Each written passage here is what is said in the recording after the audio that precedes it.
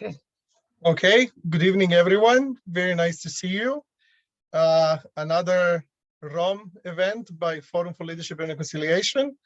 And very nice to see different faces, some new, some not so new. Some of us know each other for a long bit. Tonight with us, our special guest, Evi Rodemann from Hamburg, Germany.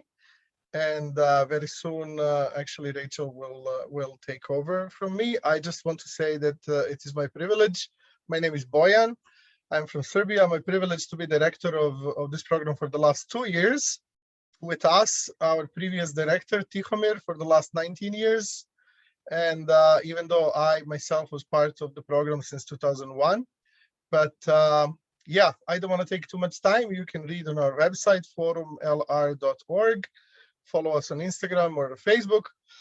And yeah, enjoy this evening. Be free to chat, use the chat box, and yeah, try to chat either with each other, but hopefully you will be chatting with all of us, and ask the questions. Whatever comes on your mind, please put it in the box so you can ask the questions very soon. I've known Evi for many years now, and I was just thinking and actually talking to some people today. She came to Serbia and worked, spoke at one of our camps actually almost 10 years ago. So that's quite something, and before that, we also worked together and know each other. So yes, Rachel, over to you. Yes, I'm Rachel. I'm an American living in Serbia for 9 years now, and I'm helping Bojan run Renewing Our Minds. And I heard Evi give kind of a version of this talk in Bulgaria 2 years ago, and I just really wanted our Renewing Our Minds community to also hear this about leadership and pain. But Evi, first, I wanted to ask you just a couple questions to help people get to know you, because you're probably very modest and might not, say these things about yourself. But right around the time that we announced this event, I saw on social media that your book is coming out soon. Do you want to tell us a little bit about your book?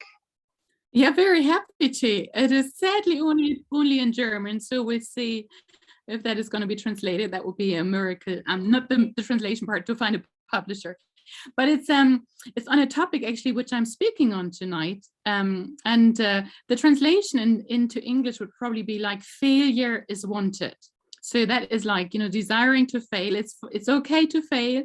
It is not okay not to get up. So that's really what I'm excited about, and it will be part of what I'm also sharing tonight. Okay, that sounds really good. Is it at all related to your? Nervous, excited, because the first book ever, and how it is when you're. When is it going to be printed? When's it coming out for our German-speaking friends? 1st of February. Okay. Is it related to your PhD research? And what's the status? Do you have your PhD, or you're still working on it? Yeah, I wish I could tell you I'm strongly working on it. I was really hoping my professor wouldn't find out that I was writing a book instead. But no, in my PhD, this is the PhD I pursue in theology, and I'm really interested in events, and if events have long-lasting impact. So even like looking at what you guys do with Rome, I would love to see, like, later, can we measure if, more reconciliation or whatever has happened because of what we do? That's really what I'm interested in. Can we find some measurements to actually, be able to measure some success? Yeah, I think that's really helpful for organizations like ours, both for our own, kind of planning, and also in our communication with our, partners and donors. Another question, you also started an organization this year. Or actually 2 years ago, but you want to tell us just a few words about LeadNow? Yeah, I'm very happy to.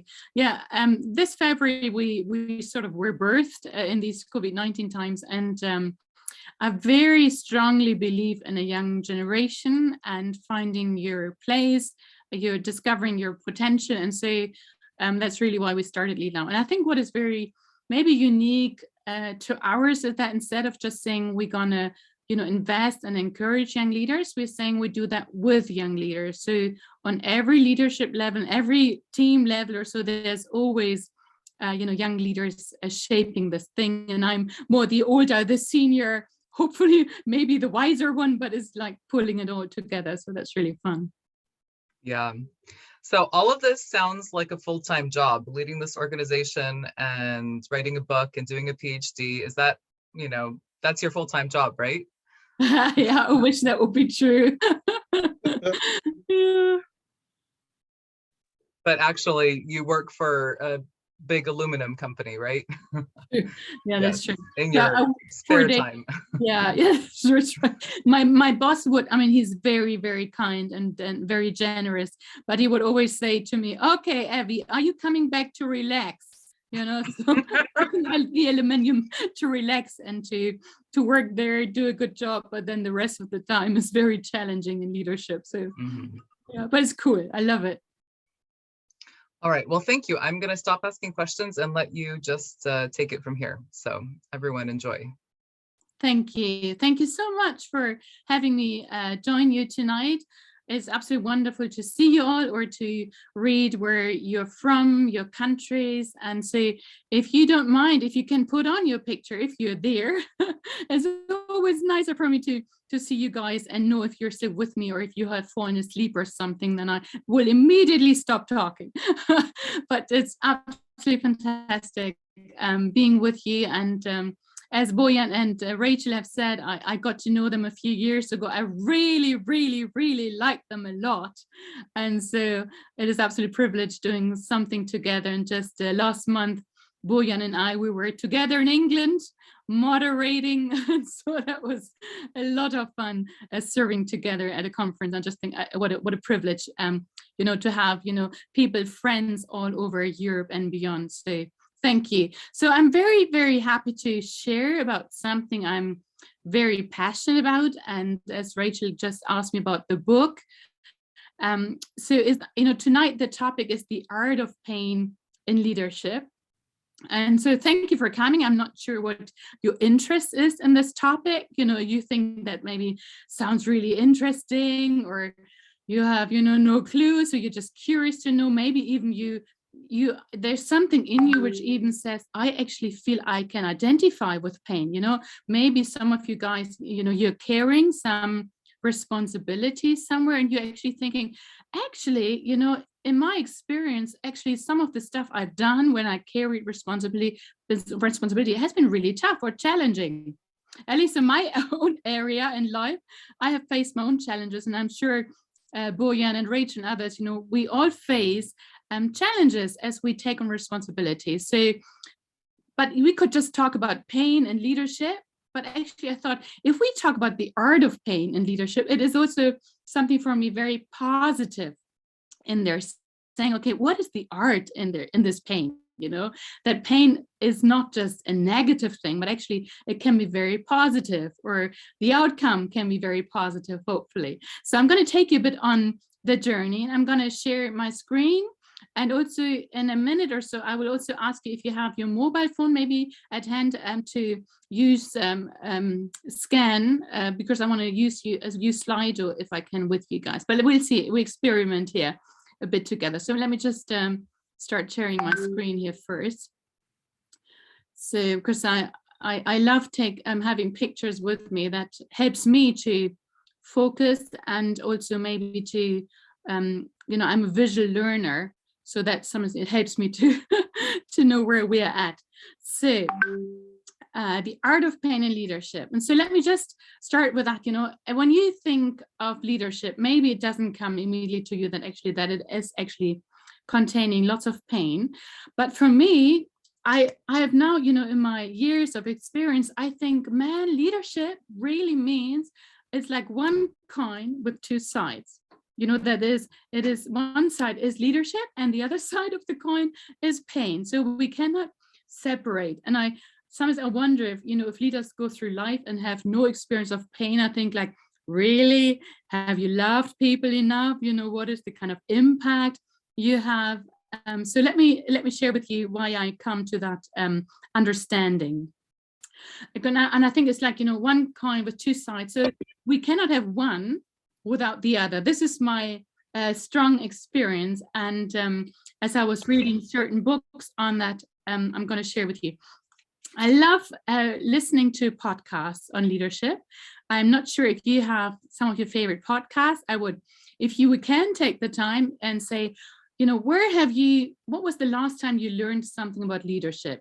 And not just doing something, but also listening to something. How do you learn more about leadership? If you have your favorite podcast or a book you have recently read, which has really like challenged you or touched you, it would be wonderful if you can actually put that into the chat so that we can learn from each other. And one of the leadership podcasts I love listening to is by a business pastor in the States, and his name is Craig Rochelle. And last year, as we were all facing, COVID-19 and wondering what's going to happen, in his one podcast, he was saying something which really, really touched me. He was saying, if you're not hurting, you're probably not leading. So if you're not hurting, you're probably not leading. And that was in February 2020. He was at a conference in Germany, and he actually got COVID-19 because he was with us. So that was something like that. Oh my goodness. So that with turning this around, we cannot have leadership without pain. And so what does it mean for us? And how can we also navigate them through that pain? And something I was really, there's a book I read, and it's by Dan Allender. He's a Christian pastor, and he read the book, which it has really challenged me so much. It's called Leading with a Limp. There are several fantastic books out there on the market, but I thought like, man, I read John Maxwell and others, and they give me like 20 things to do, and then you're a successful leader. And I do these 20 things. I think, oh, I'm not so successful. Often, 10 things to do, and you have a great team. And I think like, really? I try so hard, and often I fail. And so Dan Allender, in his book, Leading with a Limp, he gave this quote, and he says, leading is very likely the most costly thing you will ever do. And the chances are very good that it will never bring you riches, nor fame, or praise in exchange for your great sacrifices. So as leaders, I often think it contains a lot of sacrifices. We give our time and our energy. I don't know, how often do I have to skip, some birthday parties because I can't be there, or because I'm working maybe weekends, or, my aluminium boss needs something from me. So there is a lot of sacrifices being part of leadership, but it can be very, very costly. And the chances are that it will never bring me fame or riches or whatever. But then why do I do what I do? Why am I so passionate? And then I love that Dan Allender, he doesn't stop the book here and says, let's forget it all. But he actually says, and I would always do it again. He was describing his big leadership crisis, and he's saying, I would always do it again, because there's something in us which says, yes, carrying responsibility can be very challenging. What amazing that we are actually having the honor of also being part of shaping something. And as I was, dealing with lots of, I'm involved in a network with about 1,000 young leaders globally. I think wow, what's happening in leadership? What can we do to be able to pay the sacrifice and actually stay also in leadership? And one of my friends was actually, let me just go back here one, because I can't find the slide where it is. But one of my friends, he's a CEO of an organization. He said that 10%, no, let me say again. He's saying 60% of all leaders do not finish. And he says that means that a lot of leaders at one point will stop leading because there's such a painful story in the background. And then I read a business journal 3 years ago with the same number, but actually it was even saying higher. 75% of all business leaders do not last. So we say 80% of all businesses do not enter the decade. They die before they're 10 years old. So well done to Rome and others. You have lasted already so long, which is actually very unique. Most businesses do not last for 10 years and longer, but even more, leaders do not last. And I don't know about you guys, when you look at leaders around you or stories you hear, I'm more in the church setting. And I was really, really shocked over the last year or so that actually there was a lot of, people, leaders were committing suicide. I thought, like, really, pastors, and others, like, they were serving somewhere and the depression rose. And I thought, like, wow, what does it take, to lead through and actually stay in the game? And as most of you are younger, we say that a turnaround or a critical period for people in life is between the age of 35 to 45. So a very critical age, when actually there are lots of stuff pulling at us and we want to give up. And so I brought you 3 bridges as an example, which somehow, I don't know, I'm a symbolic sort of person. I love, looking at things, at beauty, and seeing the effect it might have on me. And, what are some of the symbolisms we can use? And so bridges somehow have got to me. And so let me just go back to the other one. And this one, I used that bridge for quite some years now. It's in the eastern part of Germany. So I hope some of you remember, have seen this bridge before, but it's still very much in function. It is working. And it's very beautiful. And in August, for the first time ever, I actually marched across this bridge. I was like super excited. This is my picture. I've walked that bridge and think, look, wow, it's functioning. It is, has a somewhere it starts, somewhere it ends, where it is like, leading somewhere. And I wonder if leaders are like a functioning, well-functioning bridge. And we think like, we are here, we're serving people, and say, I want to be a good bridge, I want to be someone which is functioning and where somewhere, brings people to from A to B. This is what often we leaders do. We lead by vision. And then I found another bridge, which I thought, wow, that is very different.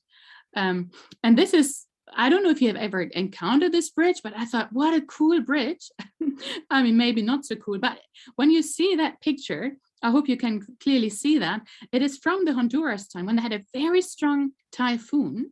It actually shifted the river, to a different riverbed. So the river before was where the bridge was, but now it has completely reshifted the river, and the bridge is still in existence, And I was studying this, and they were saying, oh, these Japanese bridges, everyone was destroyed. But look, with this bridge, was still there. And who built it? The Germans, the engineers, the strong ones. So it's still, but I think, oh my goodness, we can say it's a great bridge, but is it functioning? Is it serving its purpose?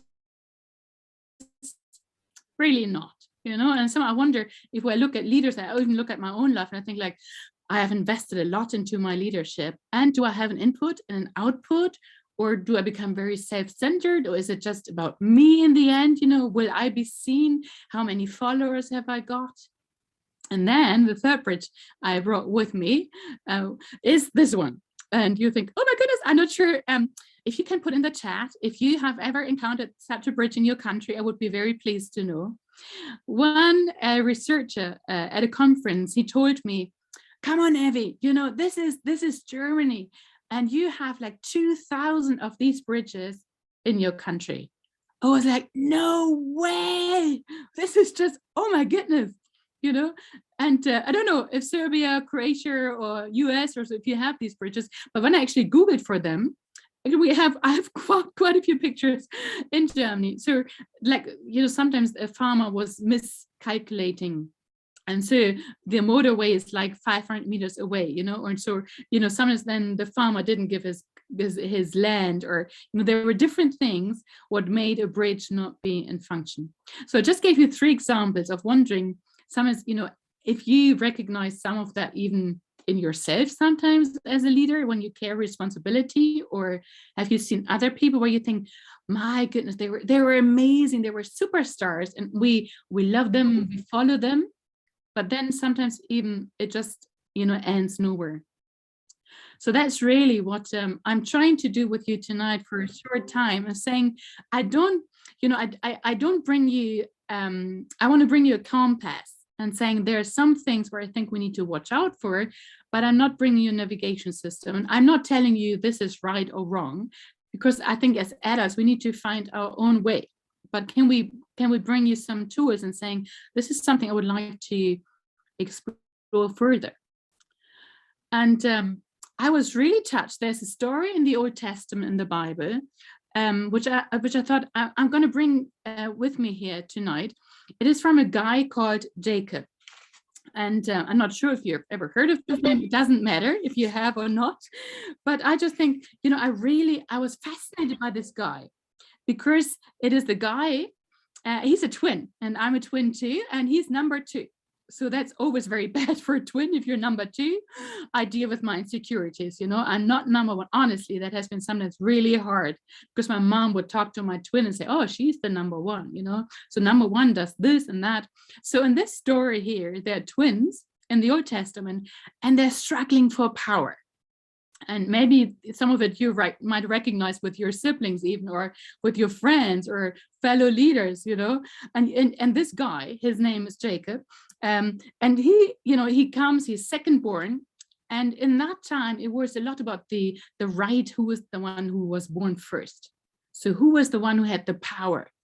And so, but he was like the one who was loved by his mom, the mama's boy. And she was like, can we trick your dad? So you're going to be like having the rights of a first son.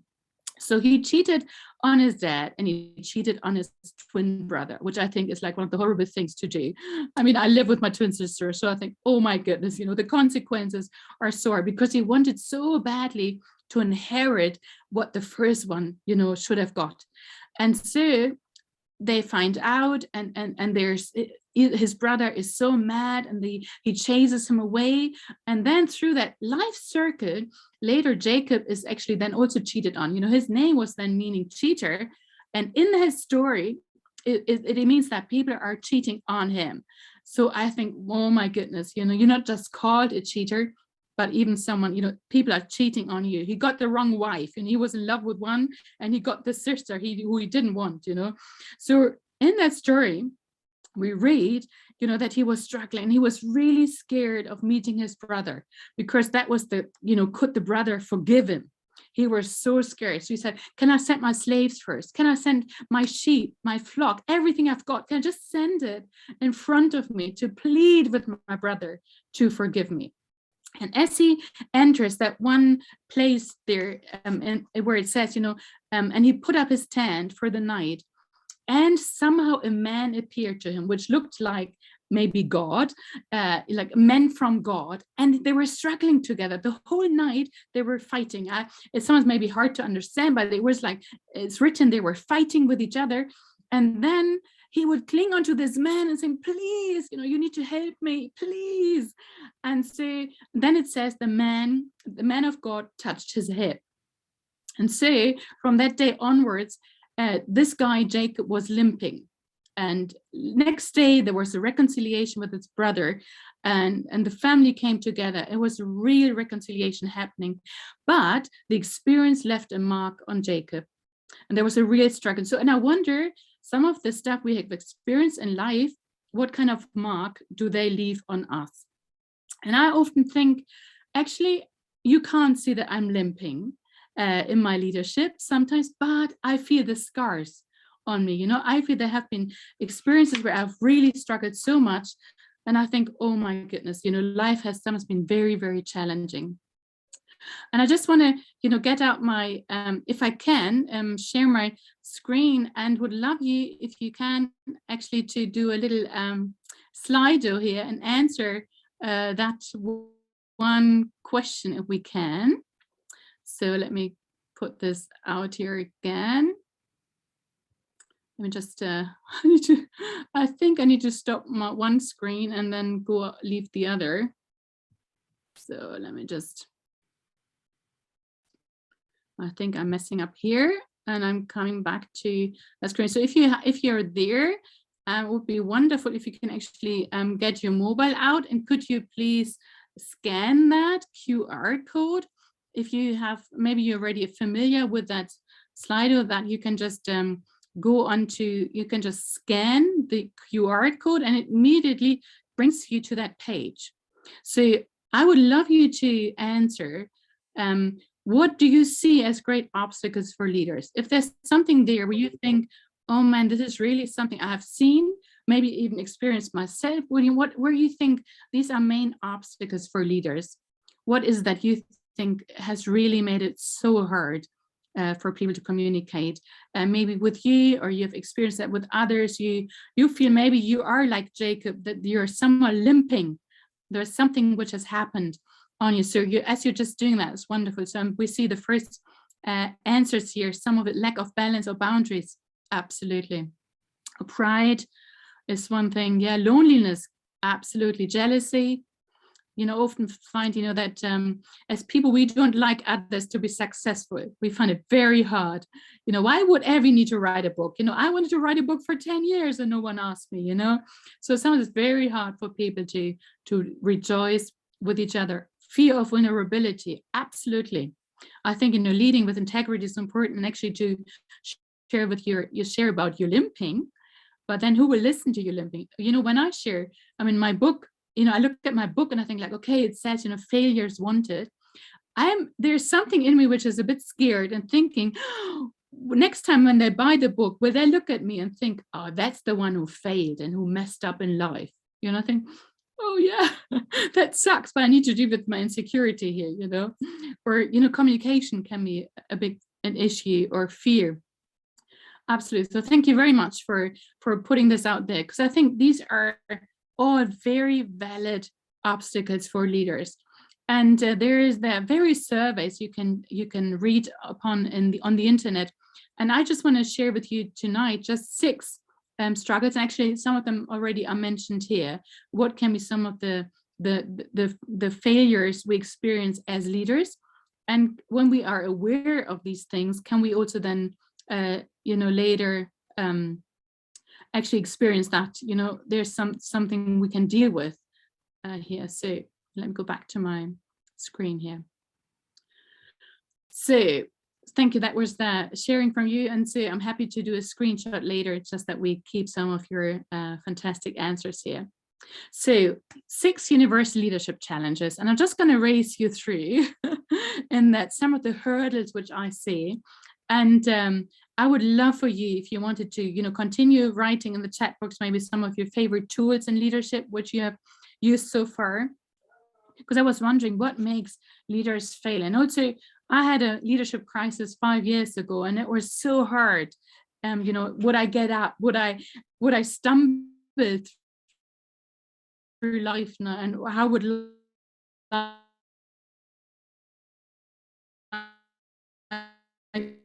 look like after I have with me? Oh my goodness, we're right in there. COVID-19 is a crisis for many of us. It has lots of consequences of what's going to happen around us. Unemployment is rising, political tension. We have, in many countries, we have, who is going to vaccinate it or not. They're battling with each other. So crisis can be one of the big hurdles in life. So sometimes it can be from the outside. It can be an external crisis, which happens, like, COVID-19 could be one, or even the lack of vaccination in some countries. And some situations we experience can be very frightening. And I feel like totally overwhelmed. I don't know if I have a solution for the problem. Maybe, some of us have gone through split in relationships that can be massive. Some have lost family members, that can be a crisis, or even some have gone through divorce or grief or whatever, that can be, it's external, but it does so much with us.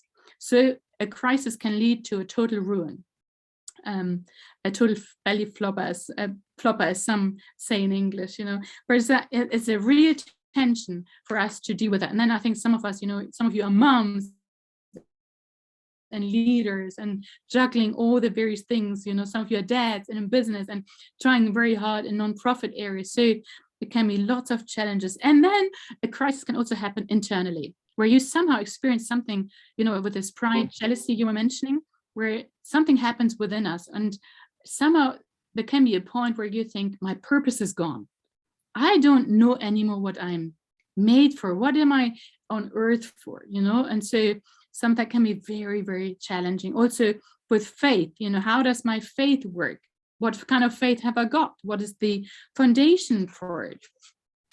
Then the next challenge can be one is of complexity. And people are saying that because things are so rapidly developing, quickly changing, it becomes very complex to actually catch up. Some of our ministry might actually, or work or whatever, with aluminium business at the moment, it is so complex. The power prices are like crazy in Germany and Europe. So how are we dealing, with that we actually make more money if we don't produce enough, more aluminium. So it is very complex. Also that kind of in leadership, how do we navigate through challenging times? What if our stuff we do, our work is deteriorating and we are losing clients? My hairdresser has finished in COVID-19 times. Many others around me have lost their jobs and don't know anymore what to do. It can be very, very complex. And this guy again, this Dan Allender said, a good leader will in time actually disappoint everyone, because you can never make everyone happy. There's always someone who's not happy and satisfied with your decision. So leadership requires even a willingness not to be liked, in fact, a willingness to be hated. Oh my goodness. And I want to be loved. I think most of us want to be loved, and the things we do, and we want to be appreciated. But actually, to be a good leader sometimes means that we have to disappoint people in there. Another one which has come and is one of the strongest causes why actually people leave work, why they quit the team, and why they also quit leadership. This is like the number one reason. Books say this is like, it is so hard to bear because you feel betrayed. I was just reading on Facebook yesterday of a leader and him sharing that he said the worst case, and actually it was not yesterday on Facebook, it was on Friday. One of the big German leaders called me and he said, this has been my worst year ever in leadership. And he's like one of the gurus, in leadership in Germany. He said, someone betrayed me on my team. And that's the worst thing, that, it's not people from the outside, but actually people who are very close to you. And so we always say, if you are in team leadership, you're taking things forward, there's always someone where you think, oh my goodness, you're not sure if he's going to turn his back or her back on you, and what might even be the consequence, because that's the hardest one to bear, because it becomes so personal and it touches our emotions very much. I'm not sure if any one of you has ever experienced that, but I think for me, that has been the hardest thing ever to bear. And sometimes even people turn maybe towards you, even in public, and there might be, I don't know, press releases, there might be things, there might be rumors, or someone puts something on Facebook and it's not completely not the truth, but it's also not the whole truth. That makes it sometimes very, very hard. So is it to gain power? Often it is a power issue here. The next one, which you've already mentioned here, is loneliness. And that's, I think, a huge challenge for us as we are carrying responsibility. We want to serve the common good. We want to bring a change, maybe in our faith sector, maybe in business and so on. We carry that responsibility, and that somehow always separates us a bit from the people who are somehow following us. One of my mentor friends, he says, as a leader, you always walk like 2 or 3 steps forward so that you have people following you one. With Rome, camps and so on, you prepare a program and you set aside, you put so much effort into that, and there's the team and you're working on something. You want to do that so that others can take one step further. And so sometimes a separation, which I find also very fascinating when you are even in a team or you're among friends, and then one of you becomes the leader, and not everyone on the leader, not all of your friends are on the same level. So that can be very hard. And also then the things you actually sacrifice, not being able to do whatever other people do. And I think also sometimes, for some of us, it means traveling a lot or engaging with a lot of people. There have been times when I was traveling, I tried to take a young person with me most of the time, but sometimes you can't. And then you're in your hotel room all alone, and you have just, succeeded maybe with a speaking engagement. You come to your room and you feel really lonely and homesick, and you are faced with your inner self. And sometimes I think these are the times when I look into my heart, I think, oh my goodness, it is quite black sometimes, there's something dark in me. And so trying to face that and saying, no, there are ways of overcoming it. And what you didn't mention yet, but I think that's one of the #1 topics at the moment, is the weariness in leaders. I'm just looking at the insurance numbers in Germany, where everyone talks about the burnout rate. They're saying it has escalated now in COVID-19 times. There are so many leaders who are right now saying we want to give up. I read a statistic last week that at the moment, more than half of all the leaders in the various sectors are at the brink of giving up. So that's a high rate. And weariness is something where we carry on. We are maybe successful to a certain degree, but there is maybe stagnation there. I mean, at the moment, also the mental well-being, which is very challenging to keep. How do you keep hope in the midst of some of the despair in our countries, which we are facing? So that can be very hard. And I always say, as leaders, I think we have a faster expiry date. Thinking of a yogurt, and has an expiry date, or your milk or cheese, I think leaders have a faster one. I always think some of my friends, I see them back after a year or two, and I think, oh my goodness, where have all the gray hair come from, and the wrinkles and less sleep, and, because you want to go the extra mile and you bear the responsibility and so on. And then this is like the 5 things which are like common grounds in most leadership challenges you find. And then Dan Allender, he put another one there, which is the glory. And I find that really interesting, because I think it is so important to know who gets the credit at the end. If there is the power, if there is the God, if there's something you believe in, is it just from you? Is it from your own perspective that you're successful? Who has given you the talent and the abilities and the gifts?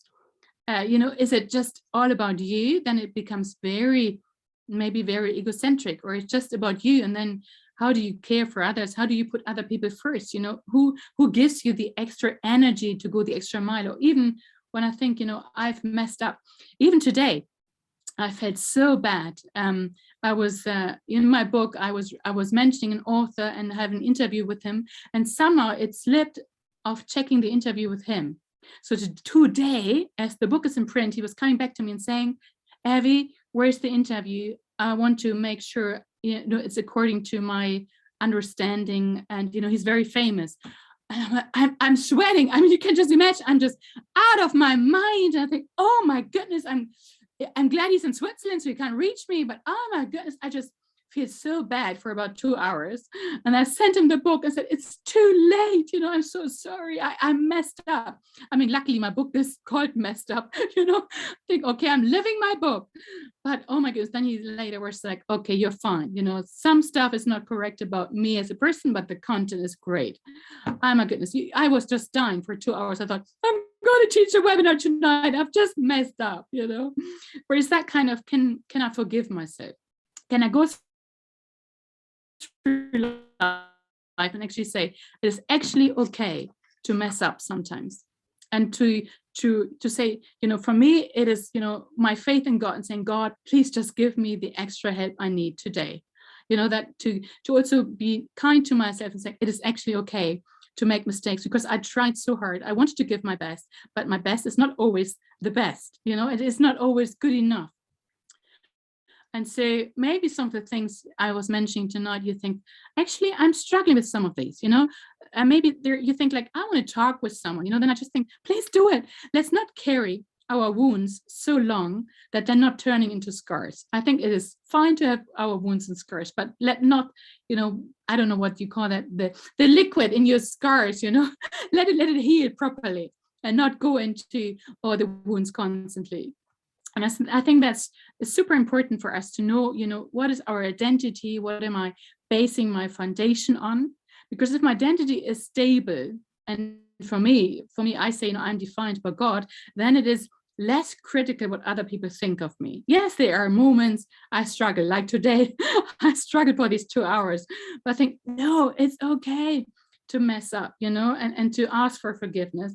And it doesn't define my position or whatever I do. It doesn't define, who I am in life, but it's my identity. It should be my stable rock. And from there, everything is played out. And then I discover more of, who I'm made to be, what am I good at, where do I think I can make a difference. So I brought you this flower. I'm not sure if you've ever seen that. I got to know this 2 years ago when I was at a global conference. I was like, wow, this is amazing. It is actually a flower from South Africa. It's called a fire lily. So in this fire lily, interestingly enough, it only grows when actually there has been a fire. So it will never come to life if there has been no fire. So out of the ashes, these fire lilies grow. And that's the only time when they grow. So when you go on Google and look for these fire lilies, you see some of these fields, then, everywhere there are these fire lilies. And I just think, what can be some of the beauty coming out of our ashes? Sometimes when I think, oh my goodness, I've messed up today, or other times it has been even worse where I've messed up, thinking, no, I'm gonna, what can grow through me and even in me, saying, there are some fire lilies I'm reaping today. I mean, one of the fire lilies would be for me, the book, that to be able to write about my painful story of messing up in leadership and going through a big crisis and so on. I look back now, I think, wow, I'm so blessed. I'm probably more compassionate today than I was before with myself and others. But yes, this is like something where I think we can head into. And let me just go then to one more picture, this last picture for tonight. This is where I think the art of pain in leadership comes in, is that kind of understanding the issues, understanding some of the struggles we face in leadership, but also understanding the beauty even of some of our moments where we struggle. And I love this, maybe you have come across this before, the Japanese philosophy of dealing with pain. And instead of, I would say it's a proper German, something is broken, I just throw it away.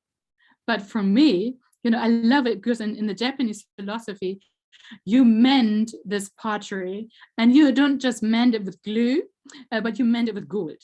So actually, as you glue this vessel together, it becomes even more precious than before. So some of the things we experience in life, and also as you deal with Rome, with reconciliation, bridging across other nations, languages, religions, and so on, what is some of the beauty which can only grow because of the pain you have endured?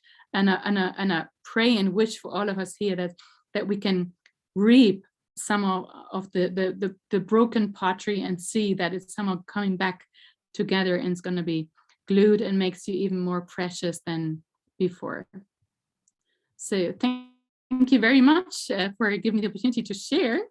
And now I'm handing over to my friends. Yes, thank you so much, Evi. We really appreciate this and so many great illustrations and points you made.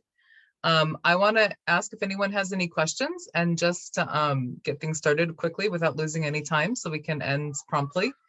I wanted to ask you for what are some things that help you get through periods of pain personally? Like you mentioned, you had a crisis 5 years ago, or like even smaller things, what do you turn to when you're experiencing pain in leadership? Yeah, I think there's several things. I think one is it's good to understand more of who I am, understanding my values and what drives me. And I think for me, it was totally essential to have, I call them pain buddies. Some people I can share my life with and say, who do not judge me for who I am. They don't judge me for my faith, for my understanding or whatever. They just love me because of who I am. And they have committed themselves to saying, we walk together through your painful story. And I would say adding to a pain buddy, I would say adding a mentor. I would say, someone walking alongside you, journeying with you. My mentor is nearly 20 years older than me, and it's just gold. The wisdom and the way they can speak life into me when I feel very insecure, and I think like sometimes I'm in cycles.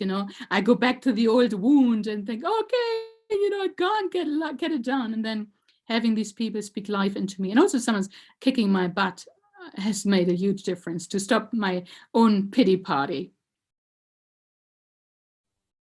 Thank you. Yeah. And one kind of related question. I was really struck when you said that almost half of leaders in Germany are kind of on the brink of burnout. And, you know, you have so much on your plate, and I want to know what you do to avoid burnout. Me personally, yeah. That was of keeping a rhythm, which is good and healthy for my own. You know, I have a lot of energy, so I can go long hours and I work long hours, but I try. One of the things, for example, which I bought myself this sports watch to say every day I'm going to walk 10,000 steps. 8,000 is the minimum that already, gives me like, well done. But it's that kind of, that means purposefully I need to move my body each day. I need to go out. I need to go into nature. And I haven't done that so much before, but over the last 3 years, I really changed. I thought this is something, one of my learnings from my crisis I think self-care is super important. And so, what is good for me. And so at the moment,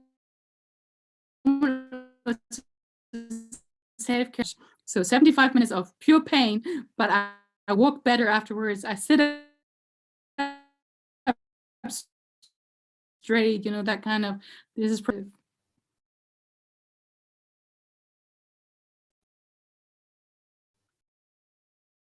Okay, thank you. I think you cut out a little bit for me.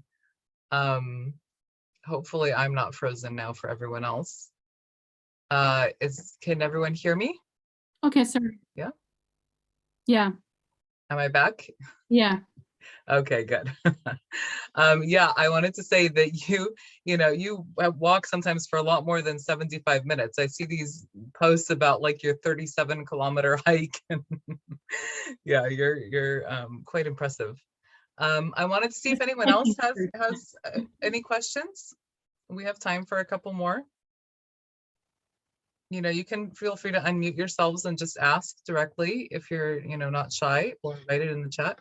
Well, people are thinking, I just want to put in real quick, and this last picture of the pot, the Japanese pot with the gold, I think it sums up everything.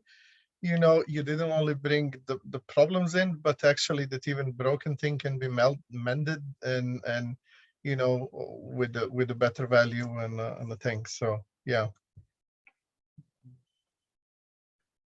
Was this a comment from? Comments from Tihumir and Camilla that Tihumir could identify, and Camilla agrees about self-care also, and it can look different for different people. Absolutely. Yeah, and I told Evi before we started that I practiced self-care today by taking a nap, and she was jealous. Yeah. But I did not walk anywhere close to 10,000 steps, so I kind of prioritized. Yeah. Well, I'm still missing some of my 1,000 steps, so I might have to do something afterwards. Okay, here's a great question. From Camilla, what is some of the gold that has come out through crises in your life or the lives of leaders you know? This is referring to the Japanese bowl, of course. Yeah. Yeah, thank you for that question. I think one is the part of forgiveness.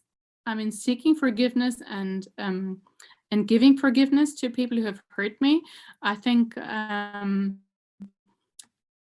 that I realized in my own life, if I don't extend grace and forgiveness to others, it makes it so much harder. The wound and so on stays longer in my life. So I think that's one way I really think that's absolutely essential.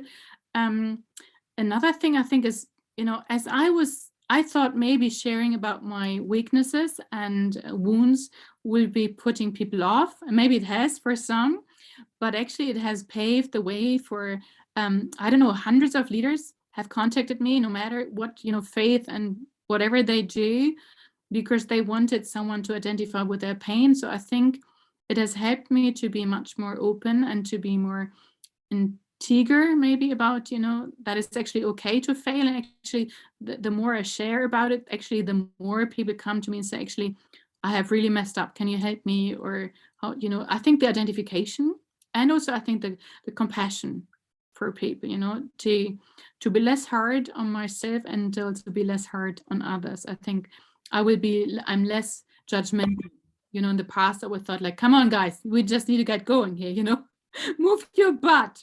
And now I think, oh, come on, give time, you know, healing takes time. And I also think lots of chocolate helps, you know. I agree about the chocolate. The darker, the better. Yes, thank you so much for sharing that. And I actually had wanted to thank you so much for how open you were with us today and vulnerable about your own experiences. I was thinking the same, like Evi, like you don't know most of the people, maybe some of us know each other's and things. And thank you so much for being vulnerable and opening in front of others. And I'm very much hoping one day you get to spend the time with us in Rome. I don't know if not next summer because you're doing this big trip, but maybe even, who knows, maybe you visit us around one day. We'll be around Dubrovnik in August. That's also sharing a little bit with others where the Rome will be next summer. But yes, thank you so much. It would be very nice that you can come and share with us and people get to know you. And Rome is amazing community. Once you get to know people, you know, it's you want to stay in touch Well, with that's everyone. good. So Yeah.